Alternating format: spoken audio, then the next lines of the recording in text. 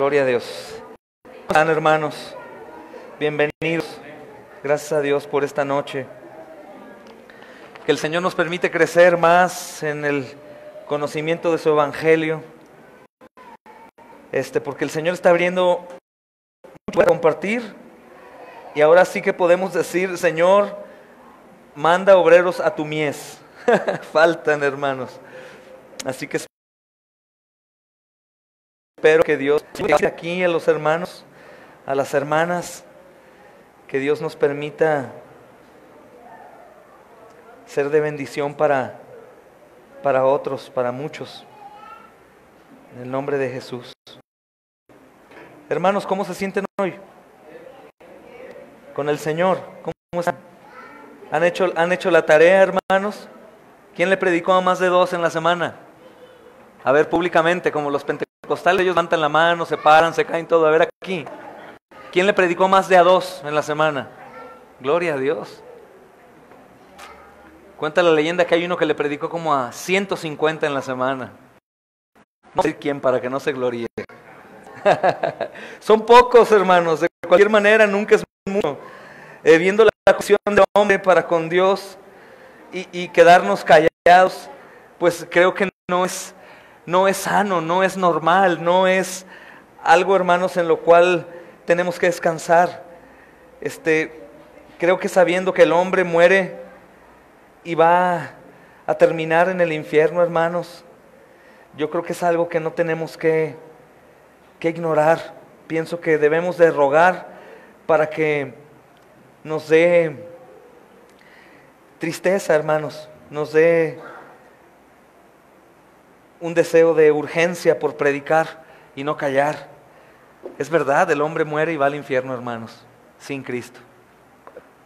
Ponte a pensar, el hombre muere sin Cristo y va al infierno. Y para poder asimilar un poco nuestra carne, imagina un horno de fuego ardiente y aventar personas allá adentro. Vemos algunos mártires contemporáneos que queman en sus iglesias, en África, en la India, en China, en Corea, y podemos ver los cuerpos calcinados y pobres, no, hermanos, pobres de aquellos que mueren sin Cristo. Aunque sí, claro, es un acontecimiento espantoso. Yo no puedo ver tan fácilmente esas imágenes de niños y adultos calcinados por Jesús, en su iglesia, hermanos, o baleados, o enterrados vivos. Pero eso no es el asunto grave. El asunto grave es de aquellos que mueren de cualquier manera, aún muerte de cuna le llaman, en su camita a gusto, pero sin Jesús. Eso sí es terrible. Y tú y yo somos los responsables. Ayer escuchaba a una persona que estaba enseñando en una aula y decía: si ustedes únicamente predican el Evangelio y ya, es decir, si tú no conquistas a la persona, sacas su domicilio, la vas a buscar a su casa y le sigues hasta que él que manifieste que ha creído, tú fracasaste. Claro que si podemos hacer eso, hermanos, es buenísimo. Tratar de vincularnos con las personas a las que les compartimos, al menos una cada quien, y seguirlos, y entrenarlos y tratar de, después de ellos manifiesten que han creído, traerlos a la iglesia a lo mejor. Sería lo mejor. Pero en ocasiones no vamos a poder. Y vamos únicamente a predicar. A predicar y nunca los vamos a volver a ver, hermanos. Eso es bíblico, ha sucedido a lo largo de toda la historia. Pero esta persona en particular hizo un comentario que me llamó mucho la atención y que me dio tristeza, porque dijo: si ustedes únicamente predican el Evangelio y no hacen nada más, lo único que hicieron es predicar palabras sin poder. Y dije: wow, porque eso, hermanos, es una total mentira. Si nosotros predicamos el verdadero mensaje del Evangelio de Cristo, al menos 1 minuto o unos segundos a una persona, esa persona puede tener vida eterna. Aunque no volviéramos a verlo en la vida, lo podríamos ver en el reino de los cielos, porque una palabra suya bastará para sanar. Así que no tienes que preocupar tanto como para no hacer la obra. No, pues les voy a predicar una vez y ya no los voy a volver a ver.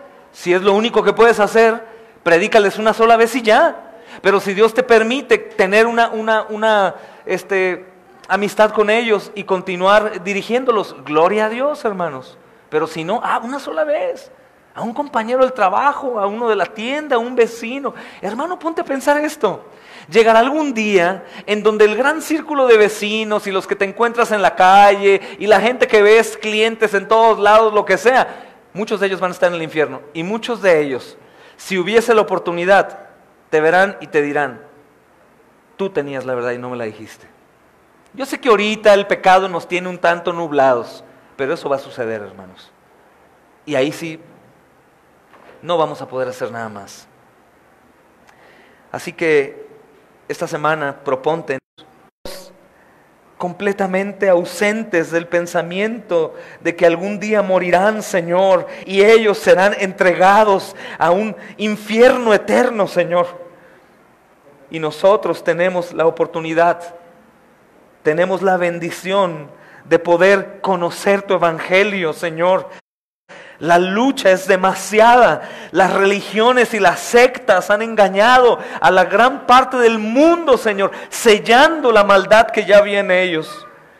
Pero, Señor, el Dios de este mundo que ha cegado a todos ellos, no tiene más poder que el único Dios verdadero, que vino a la tierra y habitó entre nosotros y murió cargando el pecado de muchos y resucitó al tercer día y se fue a los cielos, prometiendo pronto regresar.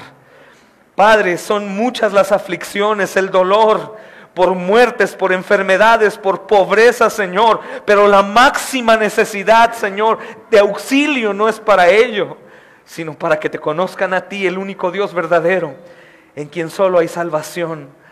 Señor, yo te ruego que nuestras familias, nuestros amigos que han pasado por prueba y que están en ese punto, Señor, en donde pueden enemistarse aún más por su propia voluntad de ti, que en sus pensamientos no exista más el nombre de Dios, que su enemistad, Señor, sea sellada. Padre, te ruego que puedas usarnos para hablarles de ti y que ellos puedan conocerte, Señor, y descansar en tu soberanía y entender que no hay cosa más importante que tú, Rey de Reyes, y que si no tenemos nada excepto a ti, Señor, lo hemos tenido todo. Damos a ti toda la gloria y damos a ti toda la honra. Yo te alabo por tu hermosa iglesia, Señor, que se ocupa, Señor bendito, en tus cosas. Te doy gracias, Padre, por el privilegio inmerecido, Señor, de poder portar tu nombre, Señor. Gracias por lo que estás haciendo en los que vienen en pocas ocasiones, en los nuevos creyentes y en aquellos que están escapando del pecado, refugiándose en ti. Porque tú que comenzaste la obra la perfeccionarás. Alabado sea tu nombre, Jesús. Amén y amén. Amén. Hermanos, nuestro texto o nuestros textos, Segunda de Corintios, capítulo 5, versículo 17 en adelante. Y dice: de modo que si alguno está en Cristo, nueva criatura es. Las cosas viejas pasaron, aquí todas son hechas nuevas. Escucha otra vez. De modo que si alguno está en Cristo, nueva criatura es. Las cosas viejas pasaron, aquí todas son hechas nuevas. Y todo esto, que es locura para los hombres, proviene de Dios, quien nos reconcilió consigo mismo por Cristo y nos dio a nosotros, hermanos, el ministerio de la reconciliación. Que Dios estaba en Cristo reconciliando consigo al mundo, no tomándoles en cuenta a los hombres sus pecados, y nos encargó a nosotros el ministerio de la reconciliación. Nos encargó a nosotros el ministerio de la reconciliación. Así que somos embajadores en nombre de Cristo, como si Dios rogase por medio de nosotros. Os rogamos en nombre de Cristo, reconciliados con Dios. Al que no conoció pecado, por nosotros lo hizo pecado, para que nosotros fuésemos hechos justicia de Dios en él. Amén. Hermanos, el trabajar en esta embajada es completamente diferente a lo que las embajadas en los países hacen, hermanos. Estas un llamado a la reconciliación, una entrada gratuita. Es un llamado de parte de Dios a las personas que están perdidas a que entren para obtener una nueva ciudadanía eterna, hermanos, una reconciliación. Entonces, este texto, hermanos, en particular en el versículo 20, que es lo que nos toca estudiar hoy, la parte que queda, está diciendo que los hombres que Dios ha llamado para sí mismo, para servirle, son embajadores en nombre de Cristo. Y lo mejor de esto, que el poder no está en los hombres, sino es que Dios mismo ruega a través nuestro, o rogamos en nombre de Cristo, reconcíliense con Dios. El mismo Dios a través nuestro nos dice, les rogamos en nombre de Cristo, reconcíliense con Dios. Esto quiere decir que Dios usa a los hombres para dar a conocer a otros su obra de reconciliación. Dios usa a los hombres para dar a conocer a otros su obra de reconciliación. Este llamado es real, hermanos. No es un llamado imaginario. No es un llamado, hermanos, parcial. No es un llamado sin poder, es un llamado real. Es un llamado verdadero. Y aquellos hermanos que predicamos el Evangelio somos dignatarios, comunicando el llamamiento de Dios a los hombres.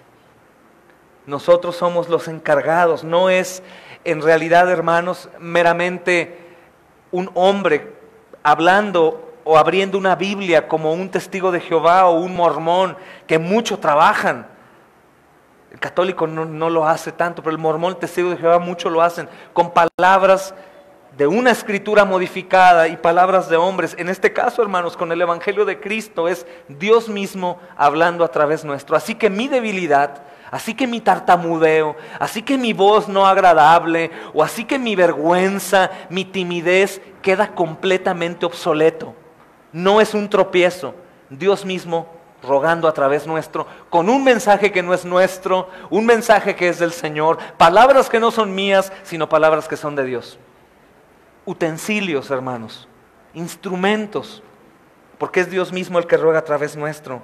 Y eso debe de motivarte mucho para que prediques el Evangelio y no encuentres limitantes, porque todo eso nos podría llevar, hermanos, a una respuesta. En resumen, no amar al Señor, no creer en el Señor, no estimarlo como el todo, por ende no lo obedezco.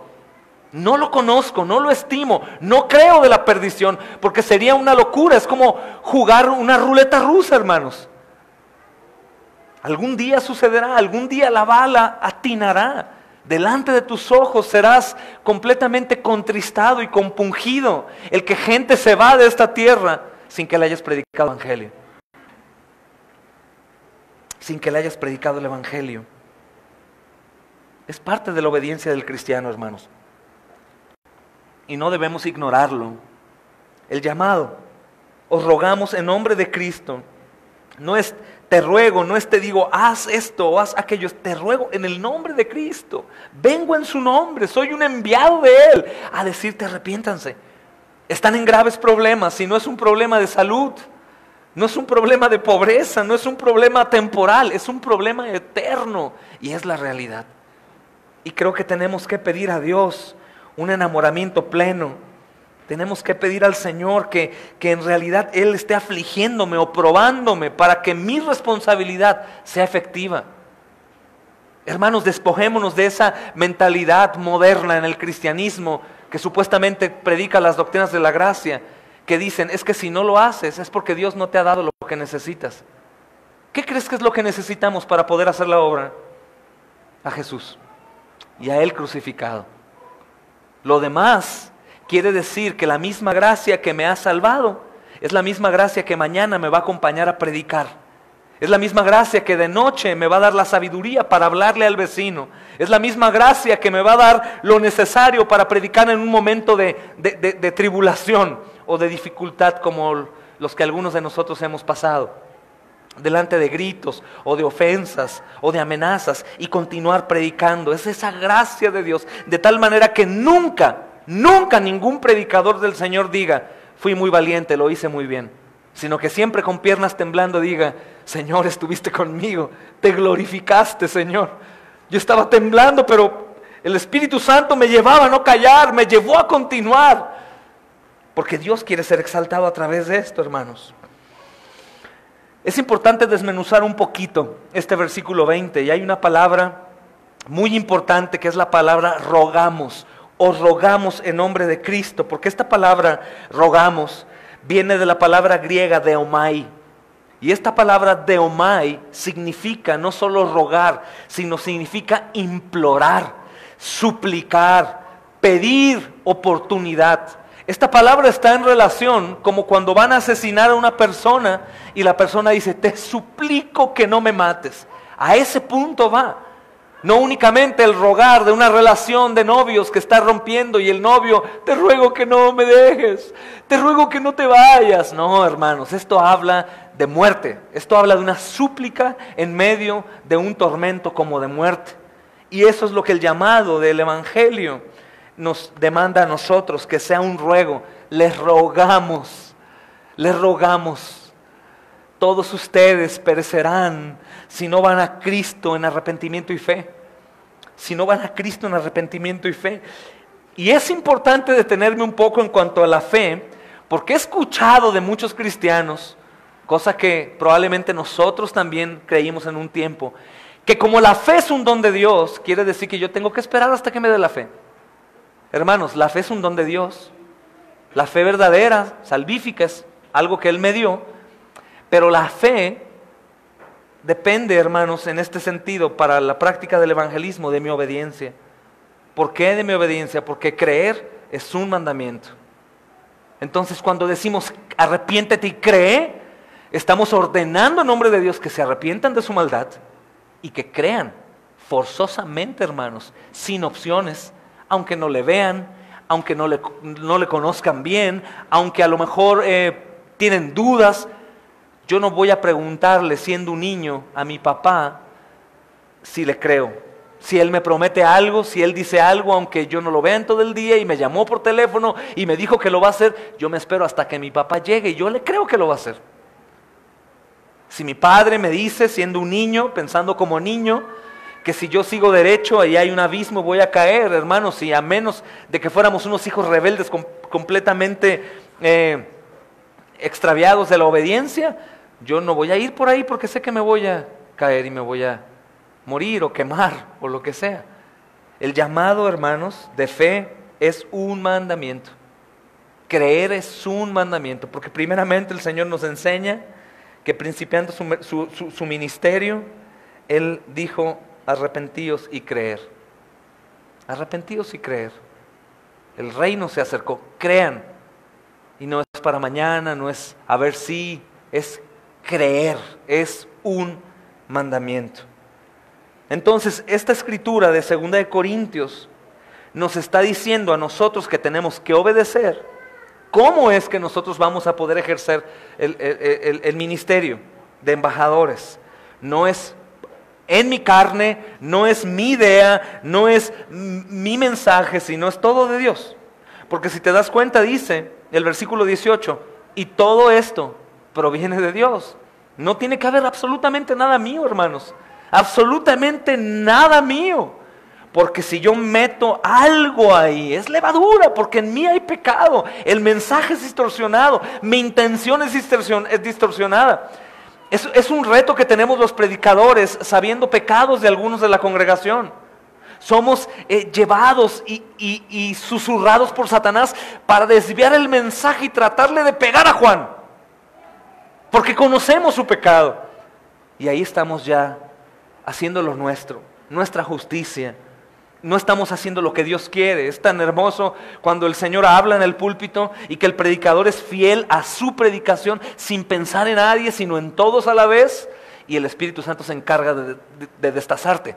Sin que nadie me haya dicho nada. Sin que el pastor o el predicador no sepa de tu vida. Y digas, ¿cómo sabe tantas cosas de mí?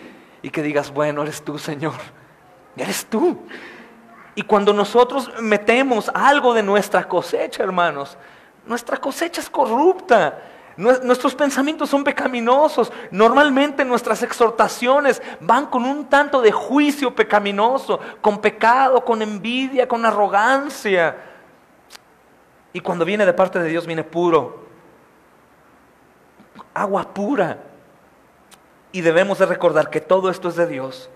Y si no estamos en condiciones, hermanos, de hablar honestamente ante el pecador y queremos hacerle sentir mal, no va a funcionar. No va a funcionar. Ese no es el mensaje. Yo tengo que hablar acerca de la condición del hombre y del Evangelio. La condición del hombre es parte del Evangelio, pero el Evangelio, recuerda, que se basa en vida, muerte, resurrección y próxima venida. Y todo lo que esto conlleva. Puedes durar días hablando solo de la venida. ¿A qué vino? ¿Para qué vino? ¿Con qué objetivo? ¿Qué necesidad había en Él que viniera? Y entre más seamos certeros en el discipulado que damos a otros hermanos, la gente crece muchísimo más rápido. Aunque siempre habrá gente dura, de difícil entendimiento, que el Señor está tratando, pero ellos ignoran, no abren la Biblia, no oran, no adoran en su día a día, sino continúan vestidos del viejo hombre. Recuerda que esa gracia salvífica, esa gracia irresistible, no quiere decir que no pueda resistirse. Porque aquí existe un dilema. Si vemos personas no entregadas, le echamos la culpa a Dios pensando que Dios no ha hecho su obra completa. Dios ya hizo su obra completa en Cristo Jesús, hermanos. Aquí el asunto es la responsabilidad de los hombres que ahora viven, que ellos eligen en su libertad de conciencia, digo, nacidos de nuevo. No los muertos espiritualmente, ellos no tienen la libertad para hacer el bien para Dios, sino aun cuando hacen el bien lo hacen para ellos mismos o para los demás. Hablo de aquellos que ya escucharon el mensaje del Evangelio y que continúan siendo negligentes por no elegir orar, por no elegir estudiar, por no elegir congregarse, por no elegir servir, amar. Esa es la negligencia de una persona viva. Es como una persona que escucha que tiene diabetes. No debes de tomar esto, no tomas esto, no comes esto, duerme bien, aliméntate bien. Y la persona va haciendo lo contrario. No, la enfermedad me mató. Sí, pero tú te mataste porque tú sabías de tu condición y sabías qué tenías que hacer y no lo hiciste.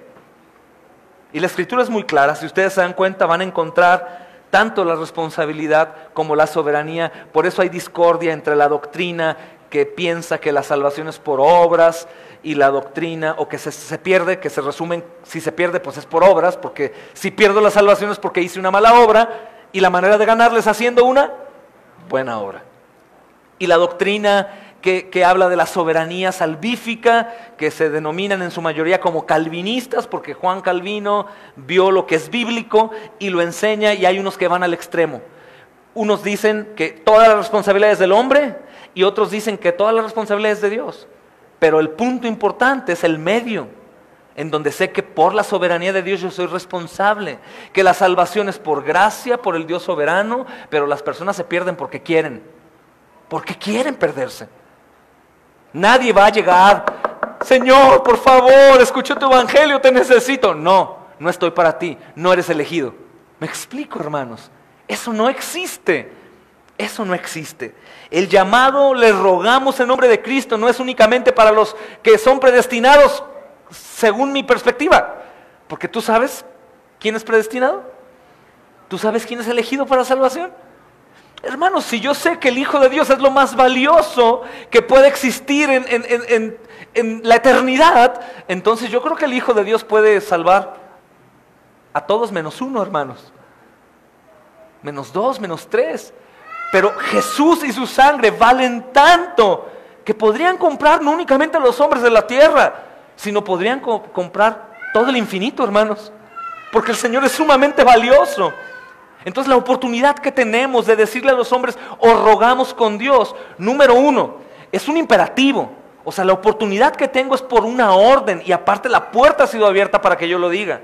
Pero número dos, voy con la certeza de que el día que yo anuncie puro el evangelio, hay salvación. Y así como George Mueller, busquen en internet, George Mueller, le decían en amor y con cuidado el apóstol de la fe, que no se decía apóstol, obviamente, pero como enviado, un hombre de fe. Él llegó a asegurar que su orfanato de niños, que siempre se sostuvo por fe, sin pedir un centavo, nunca, nunca, Él aseguraba y decía, yo tengo la certeza de que cuando llegue al reino de los cielos voy a ver a miles de muchachos que estuvieron en mi orfanato. Y muchos dicen, ¡ay, qué presumido! No, es que dice George Mueller, todo esto proviene de Dios. Estoy seguro que el Evangelio es poder de Dios para salvación. Estoy seguro que la sangre de Cristo cubre multitud de pecados. Y lo único que yo hice es, les ruego en el nombre de Cristo, reconcíliense. La puerta está abierta. Jesucristo pagó por tus pecados. Y esto es hermoso, hermanos. Hermoso. Por eso no hay jactancia en nosotros en cuanto a lo que hacemos. Aunque lo publiquemos en cuanto a evangelismo, nada es nuestro. ¿En qué nos podríamos jactar? El mensaje no es mío. La palabra no es mía. Nada de lo que hablamos en las calles es nuestro, todo es de Él. ¿Cómo podría yo jactarme? Es como un perro con su amo, como si el perro dijera, ¿qué tal mi amo? ¿Qué tal lo hago? ¿Qué tal estoy? Eres un perro. Él no puede ni hablar, el amo lo controla, el amo lo tiene con una correa y simplemente hace lo que diga. Y si es entrenado, siéntate, se sienta, date vuelta, se da vuelta, no hagas esto, haz esto, y lo hace. Todo proviene por la orden de su amo. De la misma manera nosotros, hermanos, no podríamos nosotros jactarnos en nada porque nosotros somos nada. Simplemente somos hombres y mujeres que Dios les ha dado un ministerio para reconciliar a personas perdidas, a llevarlas al reino de los cielos gratuitamente. Gratuitamente. Entonces, esta palabra rogamos no es únicamente una rogativa como en una oración. Esta palabra habla de una súplica en medio de una condición de muerte. Alguien que va a morir y suplica, no me maten por favor, ten misericordia de mí. Y entre más comprendemos estas cosas, nuestro evangelio, hermanos, se vuelve más efectivo, más lleno de fe. Y no un evangelio a la ligera, sino un evangelio con una pasión indescriptible, porque has entendido lo que está haciendo Dios en el momento que estás predicando. No es cualquier cosa, hablamos de eternidad, hermanos. Y es una lucha constante que tenemos que poner en oración, porque todos estamos bajo esa condición de menospreciar el tiempo, o mejor dicho, no apreciar los tiempos, la salud, las posibilidades, la voz, la Biblia que tenemos. No hay pretexto, es que no supe qué decir, es que no supe qué predicar. Hermano, hay 66 libros que hablan de Jesús y de la condición del hombre y de la salvación, todos ellos, sin excepción. Hasta Cantar de los Cantares habla de la salvación y de Jesucristo. Entonces no hay pretexto. Eres embajador, has recibido este ministerio, todo esto es del Señor y tú tienes que ir a las personas y decirles, te ruego. Y si estas palabras son de Dios, esto nos dice que esta palabra rogar proviene de Él, porque Él entiende la condición del hombre. Si vinieran de nosotros diría, dile a los hombres que Cristo los ama y que tiene un plan para su vida. Pero aquí dice, les ruego, reconcíliense antes de que venga. Les ruego. Y proviene de Dios. Entonces lo dice a alguien que sabe en realidad la condición del hombre. No de nosotros que podemos hoy dormir y irnos y una semana entera teniendo gente enfrente no hablarles del Señor. Sino proviene del Dios Todopoderoso que sabe esta condición. Y dice, rueguen, rueguen, porque yo sí sé lo que significa morir sin mi Hijo como Señor y Salvador. Rueguen. Esta es la rogativa, viene de Dios, hermanos. Entonces, cuando imploramos a los hombres, escucha esta palabra, cuando imploras a los hombres que se reconcilien con Dios, exactamente, hermanos, no quiere decir que los llamamos meramente a dejar a un lado su rebelión. Eso no es el llamado como principal, hermanos, sino que ellos deben de tomar ventaja de la posibilidad que Dios les está dando para ir a Él. ¿Me explico? Cuando nosotros predicamos el Evangelio bíblico, nos damos cuenta que muchas personas no se enemistan con nosotros. Porque el llamado primordialmente bíblico, claro que no es Cristo te ama y te va a prosperar y te va a sanar, sino que el llamado es aprovechen la oportunidad. Dios abrió la puerta y todavía no la cierra. ¡Corran! Busquen a Cristo corriendo porque si no van a morir en el infierno. Otro llamado que también es bíblico, pero suele ser un tanto legalista, es cuando nosotros estamos exactamente diciéndole a la gente que deje de pecar y que ellos únicamente van a salvarse si no pecan. Es bíblico también. Claro que tienen que dejar de pecar. Claro que tengo que decirles a los hombres que están llamados a dejar su lado hostil hacia con Dios. Es decir, deja tu enemistad y deja tu pecado y porque Dios va a destrozarte. Es cierto, pero el llamado en particular es reconcíliense con Dios. Es decir, el Señor está llamándole a las personas, hermanos, llamándole a las personas a que corran porque el Dios que estaba enemistado con ellos les dijo, pasen, está abierta la puerta. Eso es impresionante. Pasen, la puerta está abierta, es el llamado de Noé. Adelante, entren, métanse. No. Noé no los invitaba, hermanos, meramente a que se dejaran de enemistar con Dios como tal. Dejen su hostilidad hacia con Dios. No, Noé los invitaba a entrar. A entrar. Y es lo que nosotros tenemos que hacer. Entren. La puerta está abierta. Tomen ventaja de la oferta de la reconciliación de Dios a través de la persona y de la obra perfecta del Señor Jesucristo. Es decir, todos tienen oportunidad, pero aquel es asesino, o aquel es un violador, un secuestrador, o es un drogadicto vicioso. ¿Yo cómo le voy a decir a un drogadicto vicioso? Deja de estar enemistado con Dios porque ese pecado te está llevando al infierno. No, pues no puedo. Hermanos, ¡hey tú, drogadicto, alcohólico, prostituta, corre! Hay un Dios que está esperándote porque su Hijo se tendió como un puente para que tú pases por ahí. Hermanos, si nosotros le decimos al homosexual, deja de ser homosexual, ya no estés enemistado con Dios. ¿Cómo? Pero si yo le digo al homosexual, nadie te ama, ni tú te amas, pero ¿qué crees? El Dios con el cual tú has pecado, has ofendido, te está abriendo la puerta para que vayas corriendo a Él. Porque Cristo pagó en tu lugar. Tanto amor te ha dado que no te tome en cuenta tus pecados y te pide que vayas. Te está llamando. Hermanos, ¿y saben qué es lo más tremendo?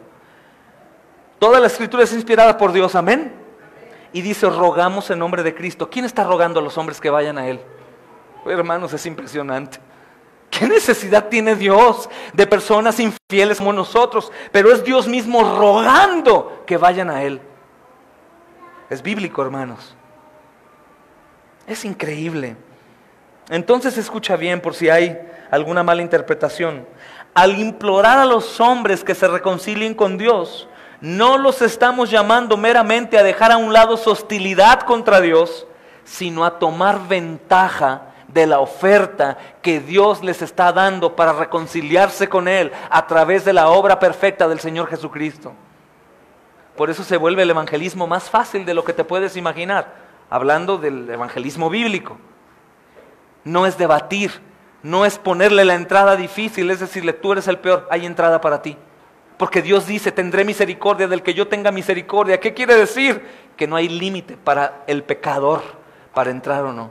No dice tú sí, tú no. Tendré misericordia de que yo tenga misericordia, de quien yo quiera.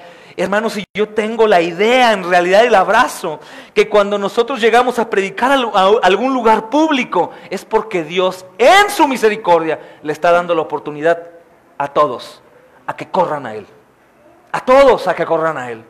Y cuando pienso en la predestinación, mi pensamiento, y ruego que el Espíritu Santo te lo dé a ti también, no es decir que Dios está únicamente pensando en los que sí y en los que no. No, quiere más bien decir lo que Dios ya sabe antes de que las cosas sucedan, de todos y de todo. Cuando pienso en Cristo, hermanos, más abrazo esta idea. Cristo vale más que cualquier otra cosa que pueda existir. No pensemos en un número pequeño. No veamos las caras de fuchi de la gente cuando predicas. No, pero viste, estaba desinteresado, se durmió. ¿Cómo estabas tú cuando te hablaban de Jesús al principio? ¿A poco te pusiste de rodillas y lloraste? Señor, públicamente, perdóname, he entendido tu evangelio. Ninguno. El Señor obró. Y aún yo, que era el más duro de los que conocí en mi entorno, caí a los pies del Señor. Igual ustedes, hermanos. Dios obra. Lo que necesito no es convencerlos en ese momento y que de pronto cambie de homosexual a macho mexicano. No, hermanos, es decirle, hay una entrada abierta. Tú que estás en problemas, los problemas son una oportunidad. ¿Por qué? Porque la gente está enemistada, está sufrida, está enojada con Dios. Ellos están maldiciendo día con día, necesitan a alguien que les ayude. Tú hablas de una entrada al reino de los cielos, gratuita, con el Dios Todopoderoso, y la gente quiere ir.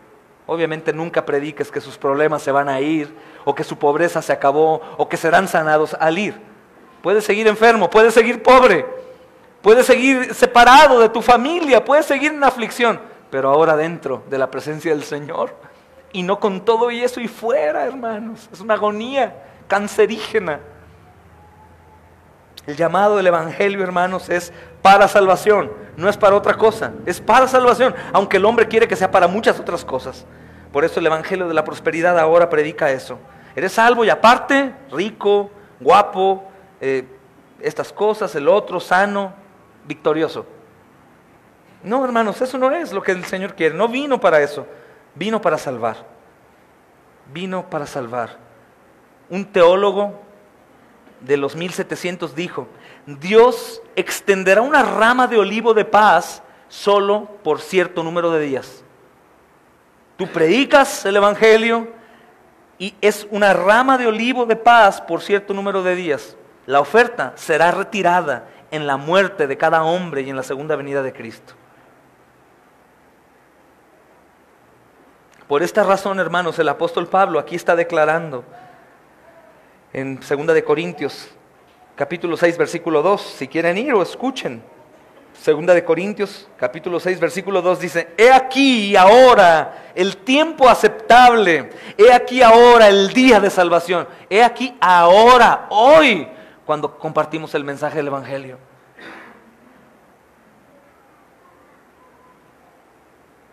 Entonces, tengo que esperar realmente a que mi entrevista con una persona desconocida, que yo le predique el Evangelio, tenga que ocasionar en ese instante siempre una reacción. No, hermanos, no. Y puedo estar seguro que esa persona puede ser salva. No, no puedo estar seguro, pero sí puedo tener un gran porcentaje de posibilidad que esa persona puede ser salva. ¿Por qué? Porque el Evangelio es poder de Dios para salvación. Y después cuando me veo a mí salvo digo, no, sí tienen oportunidad. Sí tienen oportunidad. Tiene mucha oportunidad de ser salvado. No puedo asegurar, pero hay mucha posibilidad. Por eso insisto, si es verdad, si tengo la oportunidad de dar un seguimiento a las personas que les predico, bueno, ahí voy a tener la certeza al ver sus frutos de la salvación. Pero si no, no dejaré de predicar por eso, hermanos. No dejaremos de ir a las salas de emergencia de los hospitales porque no los volvemos a ver. Hay personas que hemos conocido que por una predicación el Señor los salvó, ahora son salvos, se congregan en otros lugares de la República que conocimos en Centro Médico, en otros hospitales, hermanos. Dios obra. Hay gente que ya es bautizada, miembros en iglesias, que escucharon 1 o 2 días. Hermanos, el Evangelio es poder de Dios para salvación. El problema es que no dejemos de predicar el verdadero Evangelio, no cualquier otro. No cualquier otro, no cualquier buena noticia, sino la única y más impresionante buena noticia que trata acerca de Jesús. Entonces, hermanos, viendo este imperativo de predicar, de ser embajadores, de tener una comisión y la seguridad de que estas cosas vienen de Dios, que es su poder, que no es el mío y que Él se perfecciona en mi debilidad, debería de haber una gran urgencia en nuestra súplica para que los hombres vayan a Cristo. Algo que me impresiona es la verdad de que los hombres que vengan a Cristo, hermanos, son porque el Padre los envió. Es impresionante. Nuestra labor realmente es fácil, hermanos. Dios lo podría hacer solo, pero le plació salvar a las personas a través de la locura de la predicación. A Él le plació. ¿Por qué no? ¿Qué acaso voy a altercar contra Dios y le voy a decir, ay Dios, pero ¿para qué nos pusiste a trabajar? Lo hubieras hecho tú y ya, ¡pum! No, hermanos, el Señor Jesucristo dijo, las mismas obras que yo hago, harán ustedes, y aún más. Porque su ministerio duró 3 años. ¿Cuánto tiempo tienes de cristiano? ¿Y cuánto tiempo has predicado el Evangelio? He aquí es el tiempo aceptable, He aquí la hora del día de salvación. También el escritor de Hebreos, hermanos, declara en capítulo 3, versículo 15 y capítulo 4, versículo 7, dice: si oyeres hoy su voz, no endurezcáis vuestros corazones. Soberanía y responsabilidad. Soberanía primordialmente porque dice: si oyeres su voz, le habla un muerto.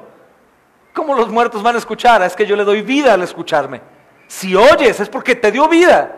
Y si oyes, no hablo únicamente de tener un buen oído o oír, sino aquellos que oyen son aquellos que Dios les dio la gracia y el don de vida para escuchar. Y les dice: no endurezcas tu corazón. Si oyes, escucha. Por eso viene la rogativa. Tú ya oíste, si crees en Jesús, vino, murió. ¿Cómo que murió? Sí, por eso corre en arrepentimiento y fe. Dios te dio la gracia hoy. Les decimos a las personas, no hermanos, cuando predicamos: amados, si hoy alguno de ustedes ha creído, es por la gracia de Dios, así que huye a Cristo. ¿Por qué decimos eso? Porque un muerto no puede oír, un muerto no puede pararse, un muerto no puede hablar, un muerto no puede creer. Entonces, si han creído, es porque el Señor les dio vida. Si oyeres hoy su voz, no endurezcas tu corazón. No digas: pues sí murió, pero yo no le pedí. O no me importa, ya mañana voy a comenzar. Ay, yo creo que no. No endurezcas. Huye a Jesús de manera urgente. Huye a Jesús de manera urgente, hermano. Eso declara la Escritura. Entraríamos a una nueva sección. Esta que acabamos de pasar, que fue un tanto larga, hermanos, se quedaría ya atrás. El título ahora es Cristo el sacrificio.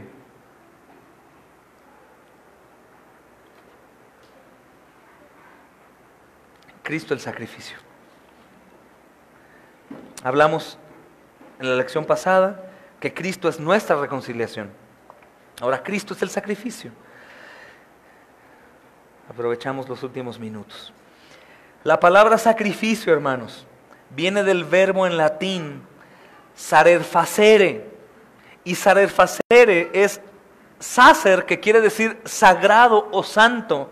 Sarer facere es sacer, sagrado o santo, más facere, y facere es hacer. Es decir, sagrado o santo, hacerte sagrado o santo. Y en hebreo y griego respectivamente, estas palabras son usadas principalmente, o se pronuncian principalmente como seba y tisa. Seba y tisa. Y ambas palabras se refieren a algo que es sacrificado o matado como ofrenda en lugar de otro. Seba y tisa son palabras que se refieren a algo que es sacrificado o matado como ofrenda en lugar de otro. Y la justicia de Dios, hermanos, por lo que vemos en la Escritura, demanda la muerte del pecador. Dice que la paga del pecado es muerte. Entonces, esta justicia que demanda la muerte del pecador, también demanda un sacrificio de la persona que muere. Y este sacrificio debe ser ofrecido en lugar del pecador para satisfacer la justicia de Dios y apaciguar su ira.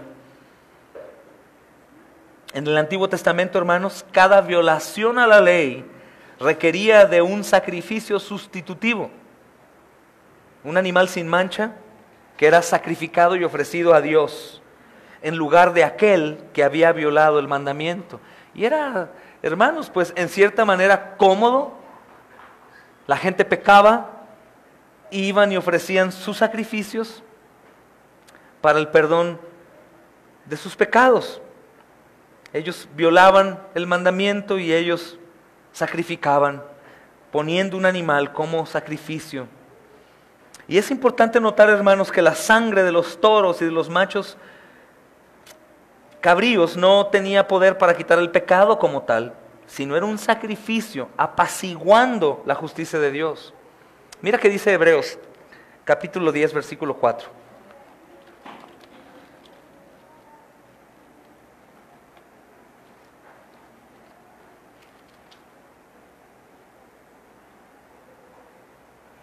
Dice, pero en estos sacrificios cada año se hace memoria de los pecados, porque la sangre de los toros y de los machos cabríos no pueden quitar los pecados.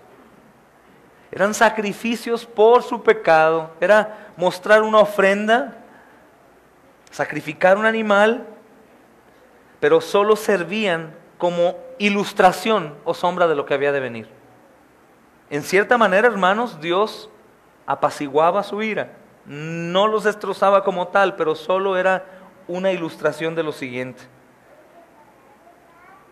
Es decir, hermanos, que lo severo del pecado y su castigo, que es la paga del pecado es muerte, como dice Romanos 6.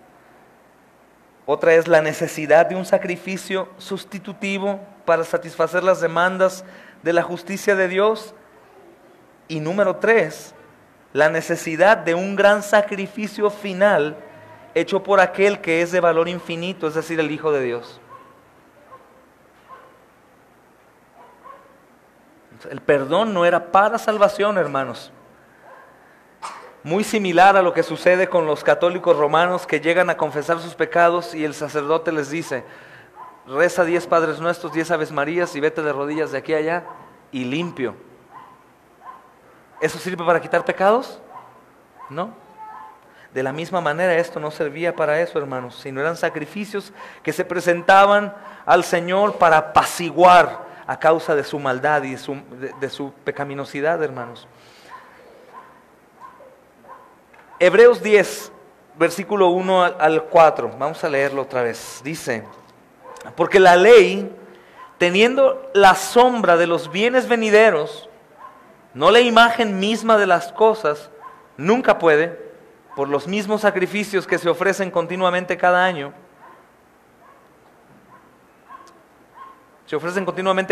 hacer perfectos a los que se acercan.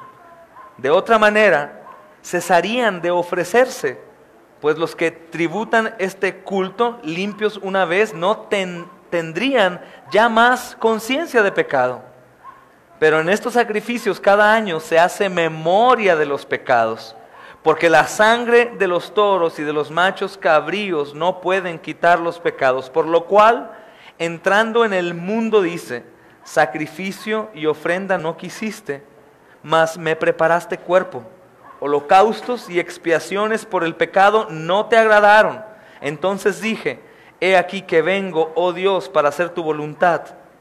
Como en el rollo del libro está escrito de mí, diciendo primero, sacrificio y ofrenda y holocaustos y expiaciones por el pecado no quisiste, ni te agradaron las cuales cosas se ofrecen según la ley.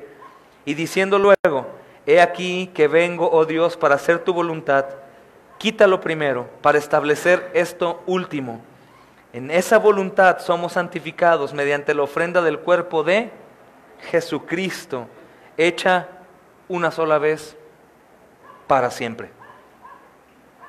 Una sola vez y para siempre. Entonces, de acuerdo con el versículo 1, la porción A, hermanos, porque la ley teniendo la sombra de los bienes venideros, ¿por qué los sacrificios de animales requeridos por la ley del Antiguo Testamento no podían quitar el pecado del pueblo de Dios?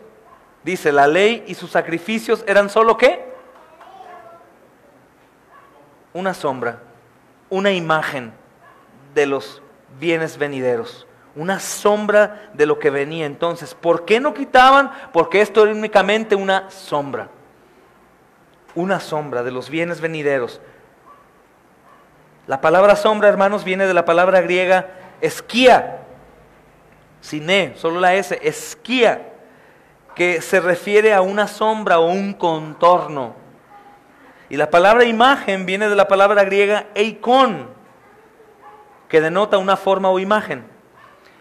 Entonces los sacrificios del Antiguo Testamento eran solo una débil sombra o un áspero contorno de la verdadera imagen del sacrificio de Cristo. Esto es increíble, hermanos, porque hemos estado predicando acerca de las serpientes ardientes que muerden a los israelitas. Y precisamente cuando Moisés levanta una rogativa por la muerte de los israelitas, Dios le dice que se haga una serpiente y la ponga ahí.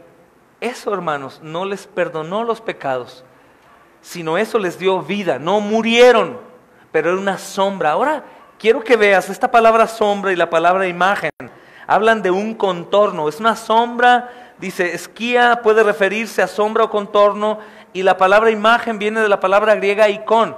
Mira con qué Jesucristo es comparado, o con qué es lo que hace sombra de Jesucristo. Una serpiente. ¿Y qué significaba la serpiente en el Antiguo Testamento, en el Génesis? Maldición. Y es sorprendente, hermanos, cómo es la sombra de Jesús. Y por eso dice el Evangelio de Juan, así como Moisés levantó la serpiente, así es necesario que el Hijo del Hombre sea levantado. Es increíble. Esa sombra de un animal sacrificado era la sombra de Jesús, el Hijo de Dios, hermanos. Maldito, hecho pecado, dice 2 Corintios, lo hace pecado. Y es lo mismo, estos animales, hermanos, que eran asesinados solo eran la sombra de lo que había acontecer, y cada una de las cosas. Para terminar solo con la porción 1b y 2, hermanos, de acuerdo con estos versículos 1 y 2, ¿cómo sabemos que los sacrificios de animales del Antiguo Testamento eran incapaces de quitar el pecado y limpiar al pueblo de Dios? Mira el versículo 1b, dice, tenían que ofrecerse, ¿qué dice? Teniendo la sombra de los bienes venideros, no la imagen misma de las cosas, nunca puede, por los mismos sacrificios que se ofrecen continuamente cada año. Tenían que ofrecerse ¿cómo? Continuamente cada año, es decir, no quitaban el pecado, hermanos. Y el versículo 2 habla que se quitaría el pecado, dice, de otra manera cesarían de ofrecerse, pues los que tributan este culto limpios una vez no tendrían ya más conciencia de pecado. Se quitaría el pecado y dejaría de ofrecerse el holocausto. Entonces, creo que la lógica para interpretar esto es fácil de seguir, hermanos. Si el sacrificio de animales hubiera podido purificar al pueblo de Dios, no habría necesidad de ofrecerlos continuamente cada año. Sería una vez y para siempre. Al ser continuamente ofrecidos cada año, estos sacrificios recuerdan al pueblo de Dios su gran pecado y su gran culpa. Nunca era quitado el pecado, hermanos, sino siempre se esperaba al Mesías prometido, al Salvador de Génesis 3:15, al que pisaría la cabeza de la serpiente, hermanos. Por el horario y por el ministerio que tenemos que hacer hoy, dejamos pendiente la lección para el próximo miércoles. Vamos a orar al Señor, hermanos. Padre, en el nombre de Jesús, bendito Rey, te rogamos que nos ayudes y que cada palabra que hoy escuchamos, por muy complicada que fuera, Señor, tú, Señor, nos ayudes a discernirla, y no únicamente para apreciar estas verdades, sino para poner en práctica, Señor, todas estas cosas.